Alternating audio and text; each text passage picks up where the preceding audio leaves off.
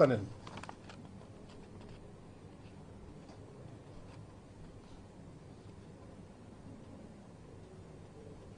ఇప్పుడు నేను ఈరోజు కొత్తగా కరుణాకర్ రెడ్డి గురించి ఏదో ఆరోపణలు చేసి నువ్వు తిన్నావు ప్రపంచమంతా తెలుసు నువ్వు దొంగవని. ప్రపంచమంతా జగన్మోహన్ రెడ్డి గజ దొంగని ఈరోజు నేను చెప్పక్కర్లేదు. వేల కోట్ల లక్షల కోట్లు తినేశాడు. ఇవన్నీ డైవర్టెంట్ పాలిటిక్స్. నా దగ్గరకు వచ్చి నేనేం చేసి నేను చాలా ఆనెస్ట్గా ఉన్నా. నా వల్ల టీటీడీకి ఏమన్నా చిన్న ఒక మచ్చ వచ్చిందా, చిన్న తప్పు ఏమన్నా చేశానా ఒక్కటి చూపించమనండి. ఈ 1 year 2 months 3 monthsలో నేను నిస్వార్థంగా పనిచేస్తున్నాను. నాకు ఎన్నో అవకాశాలు వచ్చినా నేను టీటీడీలోనే వచ్చి ఇక్కడ పనిచేయాలి, కొన్ని రిఫార్మ్ చేయాలనే ఉద్దేశంతో వచ్చాను. కానీ నా పనులన్నీ వదులుకొచ్చి నేను తిరుపతిలో కూర్చోవాల్సిన అవసరం నాకు లేదు. ఇదేది నాదేమి బతుకు తెర కూడా కాదు. నా బిజినెస్లో నాకున్నాయి హైదరాబాద్లో. కాబట్టి ఇవన్నీ చీప్ పాలిటిక్స్ మానేసి ఆయన పైన ఆయన చేసుకుంటే మా ఆరోగ్యానికి మంచిది. మీకేమైనా క్వశ్చన్స్ అడిగితే నేను చెప్తాను. నేను చెప్పేది అదే, రేపే వస్తుంది 1 man కమిషను. కల్తీ ఉంది, అన్నీ ఉన్నాయి, పరకామని ఉన్నాయి, అన్ని కేసులు ఉన్నాయి వాళ్ళ మీద. నిన్ననే ఎందుకు వదిలేరు అంటే వాళ్ళు మన వాళ్ళు కొంతమంది రిపోర్ట్లు వస్తే చూపించిన 1 కోటి పుస్తకాలు ప్రింట్ చేశారు 5 లాంగ్వేజ్ల్లో భగవద్గీత అని. 50 కోట్లు ఖర్చు పెట్టారు దానికి. 50 లక్షల్లో 32 లక్షల పుస్తకాలు ఇంకా గోడౌన్లో పడి ఉన్నాయి. అదొకటి అడ్డం మనకు. ఆ భగవద్గీతలో చూస్తే ఎవడు మొహాన్ని వస్తారు, అందులో ఏమీ లేదు. ఇలా ఆ భగవద్గీత పుస్తకాల్లోనే ఎలక్షన్ చేశాడు ఆయన. ఇప్పుడు ఆయన కొడుకు ఇరుకుతాడు, ఆయన ఇన్వాల్వ్ ఉన్నాడు ఈ స్కామ్లో. ఇవన్నీ నాకు అడ్డు కట్టేయాలని నా మీద ఇట్లాంటి చీప్ పాలిటిక్స్, చీప్ బురద.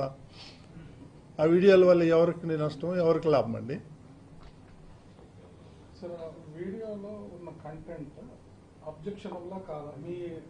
ఏం అబ్జెక్షన్? నేను మిమ్మల్ని అడుగుతాను, చెప్పండి మీరు ఏం అబ్జెక్షన్ ఉంది?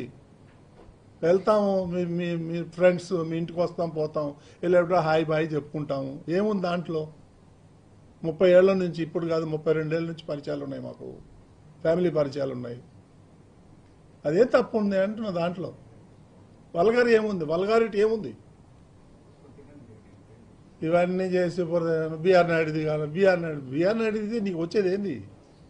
నీకేం లాభం వస్తుంది? ఇప్పటి నుంచి కాదు కదా, డే 1 నుంచి నువ్వు అదే పాట పాడతావు. ఈ రకంగా వస్తున్నారు. నన్ను టీటీడీలో తప్పు పట్టేదానికి ఒక్క పాయింట్ కూడా లేదు. నాకున్న కోటాలో కూడా 50% కూడా ఇయ్యను. ఎందుకంటే భక్తులు చాలా ఇబ్బంది పడుతున్నారు. ఒక విఐపి వెళ్ళి దర్శనం చేసుకొచ్చే లోపల 30 మంది 40 మంది సామాన్య భక్తులు దర్శనం చేసుకుంటారు అనే ఉద్దేశంతో నేను సాక్రిఫై చేసి, నేను కూడా నా ఫ్రెండ్స్ కానీ రిలేటివ్స్ కానీ వీళ్ళందరికీ కూడా చెడ్డోని అయిపోయాను. మీరు కూడా చాలామంది మీరు రిపోర్ట్లు అడిగిన నేను ఇవ్వలేకపోయాను. ఎందుకంటే నాకు ఎప్పుడు కూడా సామాన్య భక్తుడే గుర్తు వస్తాడు. నాకు చంద్రబాబు నాయుడు చెప్పి పంపించిందే అది, సామాన్య భక్తుడికి పెద్దపీట వేయండి. నేను ఇక్కడ ప్రతివాడు వచ్చి విఐపి వస్తే పర్వాలేదు, విఐపి పేరు చెప్పుకొని ఎవరో కామన్ పర్సన్స్ అంతా వస్తూ ఉంటే విఐపి అని నాకు నచ్చలేదు. నాకు ఆ పాలసీ. అందుకని నా అంతటికి నేనే నియంత్రించుకున్నా. ఎవరి గురించో కాదు, నా అంతటికి నేనే. నాకు ఎవరు చెప్పలా. నేను ఇంత నిస్వార్థంగా వచ్చి నేను పని చేసుకుంటా ఉంటే ఇక నాకు రోజు బురద చల్లటం నా మీద.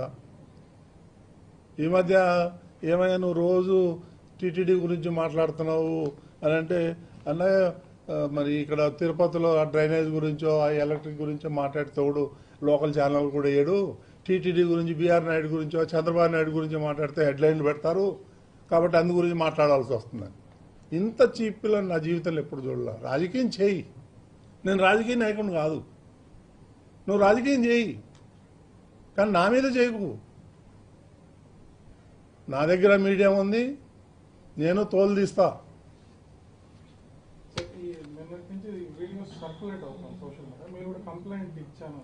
కంప్లైంట్లు ఇచ్చాను, రిజిస్టర్ అవుతుంది ఒక హాఫ్ అన్ అవర్. ఇక్కడే ఇస్తున్నాం. మొత్తం స్టేట్ అంతా ఇస్తారు. హైదరాబాద్లో ఇస్తున్నాం. ఎవరైతే విక్టిమ్ ఉన్నారో, ఏదో గుట్టుగా వాళ్ళు సంసారం చేసుకునే వాళ్ళు హైదరాబాద్లో కంప్లైంట్ ఇస్తున్నారు. దీని అంత తేలిగ్గా వదిలేదు లేదు. సార్, ఈ టీటీడీని టార్గెట్ చేసి హిందూ సనాతన ధర్మాన్ని కూడా టార్గెట్ హిందూ ఒక డైలాగ్ చెప్పినాడు నేను. ఆయన ఆ పూరం పోకోడు వాడు, నేను నన్ను అడిగితే వాడు పూరం పోకోడు, పని పాట లేకుండా రోజు ప్రెస్ మీట్లు పెడతాడు కాగితం పులిలాగా. సో వాడు ఏం చేస్తాడు, హిందూ ధర్మం ఛానల్ ఉంది బిఆర్ నాయుడికి, ఇక్కడ డబ్బులన్నీ తీసుకుపోయి హిందూ ధర్మంకి అకౌంట్లో వేస్తున్నాడు. అరే నీకు బుద్ధి జ్ఞానం, నువ్వు అన్నం తినేవాడు వాడు అయితే నువ్వు రా, నువ్వు కానీ నీ ఆడిటర్స్ని కానీ పంపి నా బుక్స్ అన్ని పెడతా చూడు, ఏదైనా ₹1 తేడా ఉంటే ఛాలెంజ్ చేస్తాను నేను. పనికి మాలిన మాటలు, పనికి మాలిన రాతలు ఇవన్నీ కట్టి పెట్టమని చెప్పి నేను అడుగుతున్నా.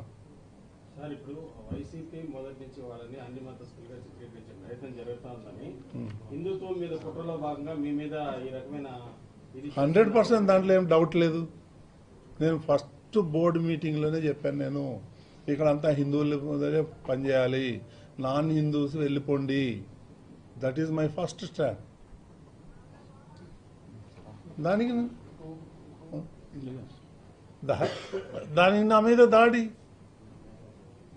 టీటీడీలో కాన్ఫిడెన్షియల్ ఇన్ఫర్మేషన్ కూడా కొన్ని ఉన్నాయి. అక్కడ 2,000 మంది దాకా తన మనుషులు ఉన్నారని చెప్పి సార్ 2,000 ఉన్నాయి, 20,000 ఉన్నాయి. నేను ఐ డోంట్ మైండ్ దాట్. ఆయన చెప్పుకుంటాడు. ఆయన చెప్పేదానికి ఏమన్నా విలువ ఉంటే దాని గురించి మనం మాట్లాడుకోవచ్చు. ఆయన చెప్పేదానికి విలువే లేదు.